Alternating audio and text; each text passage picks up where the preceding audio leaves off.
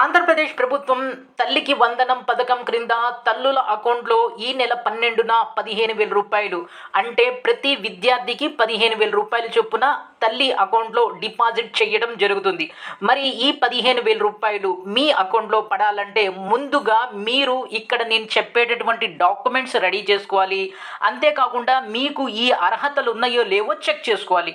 So కాబట్టి ఆంధ్రప్రదేశ్ ప్రభుత్వం నిన్న రీసెంట్గా ఒక ఇంపార్టెంట్ అప్డేట్ జారీ చేసింది. దాని ప్రకారం తల్లుల అకౌంట్లో ఈ 15,000 రూపాయలు డిపాజిట్ అవ్వాలంటే మీరు ఈ డాక్యుమెంట్స్ రెడీ చేసి పెట్టుకోవాలి.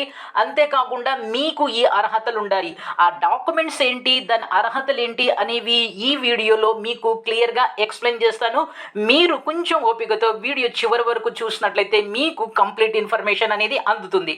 ఇక ఈ నెల 12న ఏ రోజైతే స్కూల్స్ అనేవి రీఓపెన్ కాబోతున్నాయో ఆ రోజున తల్లుల అకౌంట్లో ప్రతి విద్యార్థికి 15,000 రూపాయల చొప్పున డిపాజిట్ చేయడం జరుగుతుంది. ఒక ఇంట్లో ఇద్దరు ముగ్గురు నలుగురున్న ఎంతమంది ఉన్నప్పటికీ కూడా ప్రతి విద్యార్థికి కూడా 15,000 రూపాయల చొప్పున మదర్స్ అకౌంట్లో డిపాజిట్ చేయడం జరుగుతుంది. విద్యార్థి ఫస్ట్ క్లాస్ నుంచి 12th క్లాస్ చదువుతున్నప్పటికీ వరకు ఈ పథకం క్రింద ప్రయోజనం పొందొచ్చు. మీ బాబు లేక మీ పాప ఫస్ట్ క్లాస్ చదువుతున్నా, ఇంటర్ ఫస్ట్ ఇయర్ చదువుతున్నా, ఇంటర్ సెకండ్ ఇయర్ చదువుతున్నా ఈ పథకం క్రింద మీరు బెనిఫిట్ అనేది పొందొచ్చు. ఈ బెనిఫిట్ పొందాలి అంటే ముందుగా ఇప్పుడు నేను చెప్పేటటువంటి డాక్యుమెంట్స్ మీ దగ్గర ఉన్నాయో లేవో చూసుకోండి. లేకపోతే దీని గురించి ఇమీడియట్లీగా ఈ డాక్యుమెంట్స్ని రెడీ చేసి పెట్టుకోండి. దాంట్లో ఫస్ట్ విద్యార్థి స్టడీ సర్టిఫికేట్, విద్యార్థి యొక్క స్టడీ సర్టిఫికేట్. రెండోది తల్లి ఆధార్ కార్డు. మూడోది తల్లి యొక్క బ్యాంక్ అకౌంట్ ఇన్ఫర్మేషన్, అంటే తల్లి యొక్క బ్యాంక్ అకౌంట్ ఫస్ట్ పేజ్ అనమాట. నెక్స్ట్ విద్యార్థుల హాజరు సర్టిఫికేట్, అంటే విద్యార్థి అంటే బాబు లేక పాప ఏ స్కూల్లో చదువుతున్నారో ఆ స్కూల్లో 75% అటెండెన్స్ ఉన్నట్లు స్కూల్ ఒక సర్టిఫికేట్ అనేది జారీ చేయాలి. విద్యార్థి అనేది గవర్నమెంట్ స్కూల్లో చదివిన పర్వాలా, ప్రైవేట్ స్కూల్లో చదివిన పర్వాలా, ఎక్కడ చదివినా కూడా ఈ పథకం క్రింద బెనిఫిట్ పొందొచ్చు. Next caste certificate. సో మీరు ఎస్సీ ఎస్టీ బీసీ వర్గానికి చెందిన వాళ్ళైతే క్యాస్ట్ సర్టిఫికేట్ కూడా కావాలి. సో ఆ తర్వాత ఈబీసీ ఎకనామికల్ వీకర్ సెక్షన్కి చెందిన వాళ్ళైతే మీరు ఈబీసీకి సంబంధించినటువంటి ఇన్కమ్ సర్టిఫికేట్ అనేది అవసరం. ఇవి బేసిక్ డాక్యుమెంట్స్ మీ దగ్గర ఉన్నాయో లేవో రెడీ చేసి పెట్టుకోండి. లేకపోతే ఇమీడియట్లీగా ఈ సర్టిఫికేట్స్ని రెడీ చేసుకోండి.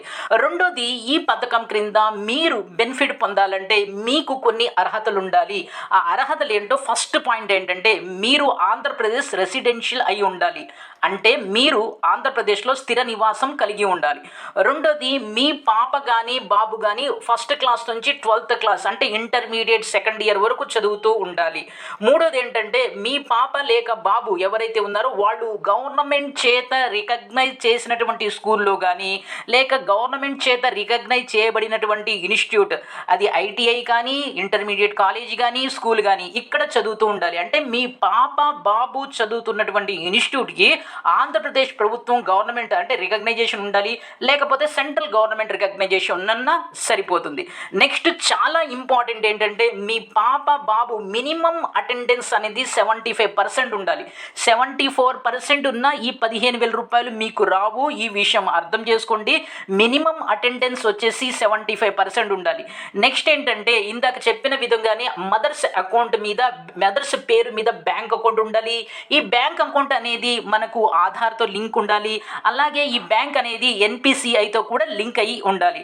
నెక్స్ట్ వచ్చేసి ఎకనామికల్ వీకర్ సెక్షన్ వాళ్ళైతే మీ కుటుంబ వార్షిక ఆదాయం గవర్నమెంట్ చెప్పినటువంటి పర్మిషన్కి లోబడి ఉందో లేదో చూసుకోవాలి. అంటే మీకు ఎకనామికల్ వీకర్ సెక్షన్ వాళ్ళైతే మీకు ఈబీసీ సర్టిఫికేట్ అనేది అవసరం. ఈబీసీ సర్టిఫికేట్ అంటే సో ఇన్కమ్ సర్టిఫికేట్, సింపుల్గా మీకు అర్థమయ్యే భాషలో చెప్పాలంటే ఇన్కమ్ సర్టిఫికేట్ కూడా అవసరం.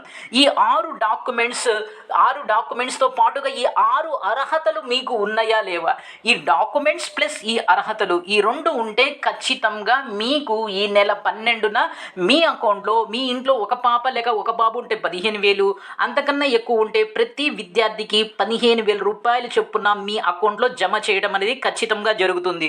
ఒకవేళ ఇప్పటి వరకు మీకు ఈ డాక్యుమెంట్స్ లేకపోతే ఇమీడియట్లీగా ఈ డాక్యుమెంట్స్ని రెడీ చేసుకోండి. సో ఇది వివరాలు. సో నెక్స్ట్ వచ్చేసి మీకు ఈ డాక్యుమెంట్స్ ఏం చేయాలి, ఎలా సబ్మిట్ చేయాలి అనేది నెక్స్ట్ వీడియోలో మీకు డీటెయిల్గా చెప్తాను. ముందుగా ఈ డాక్యుమెంట్స్ని రెడీ చేసుకోండి. ఇది వీడియో. ఈ వీడియోని లైక్ చేయండి, షేర్ చేయండి, సబ్స్క్రైబ్ చేసుకొని ప్రక్కనే ఉన్న బెల్ ఐకాన్ని ప్రెస్ చేస్తాం మర్చిపోవద్దు. Thank you.